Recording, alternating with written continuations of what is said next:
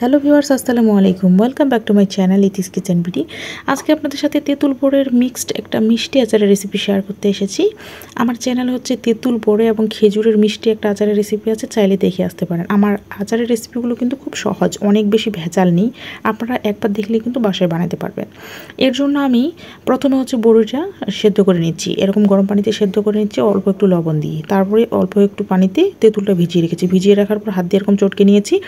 আর বড়িটা একটু ফাটিয়ে দিতে হবে, ফাটিয়ে দিয়ে সুন্দর করে মিক্সড করে এটা রেখে দিচ্ছি। একটা কড়াইয়ে আমি হাফ কাপ হচ্ছে সরিষার তেল নিয়েছি, কয়েকটা শুকনো মরিচ আর কয়েকটা হচ্ছে রসুনের কোয়া দিয়ে দিয়েছি। একটু যখন ভাজা ভাজা হয়ে যাবে তো ঠিক সেই মুহূর্তে এখানে তেঁতুল এবং বড়ইয়ের মিক্সারটা এখানে দিয়ে দিতে হবে। এখানে দিয়ে দেওয়ার পর আমি এখানে অল্প একটু হচ্ছে হলুদের গুঁড়া, 1 চামচের মতো হচ্ছে মরিচের গুঁড়া দিব, আর অল্প একটু লবণ আবারও দিয়ে দিচ্ছি। যেহেতু আমি এই আচারটা আজকে মিষ্টি আচার করব আর অতিরিক্ত কোনো ঝাল আমি ব্যবহার করতেছি না, অল্প একটু ঝাল দিয়ে দিয়েছি ওই জন্য। তারপরে আপনারা এখানে চিনি অথবা গুড় যে কোনো একটা কিছু দিয়ে দিতে পারেন। তো আমি এটা চিনি দিয়ে বানাচ্ছি। দেখুন, আমি যেহেতু এটা মিষ্টি আচার করব তার চিনির পরিমাণটা একটু বেশি দিয়ে দিচ্ছি। চিনির পরিমাণটা দিয়ে দেওয়ার পর চুলার আঁচটা একেবারে অল্প আঁচে আপনাকে কিন্তু এটা রান্না করতে হবে। আর আমি এটা মাটির চুলায় করতেছি, আপনারা যদি গ্যাসের চুলায় করেন তাহলে একেবারে লো আঁচে করবেন।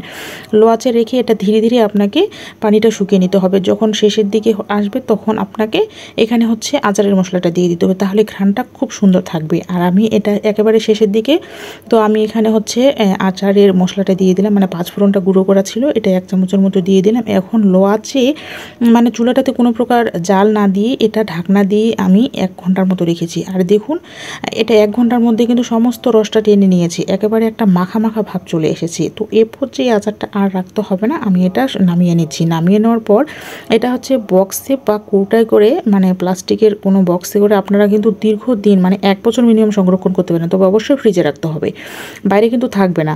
এই যে দেখুন, আমি আচারটা আরেকটু কাছ থেকে আপনাদের দেখাচ্ছি কতটা সুন্দর হয়েছে, অনেক সুন্দর হয়েছে।